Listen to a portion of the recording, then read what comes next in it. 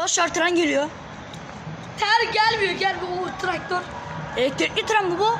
Bu yük treni mi? Arkadaşlar tren Elektrikli. Elektrikli hatta fark geliyor. Elektrikli tren geliyor. Kaçlık lan bu? 27'lik. Abi dedik.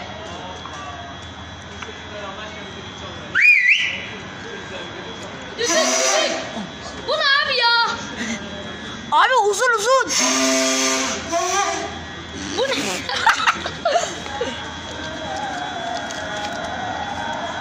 Oğlum siz hala burada mısınız lan?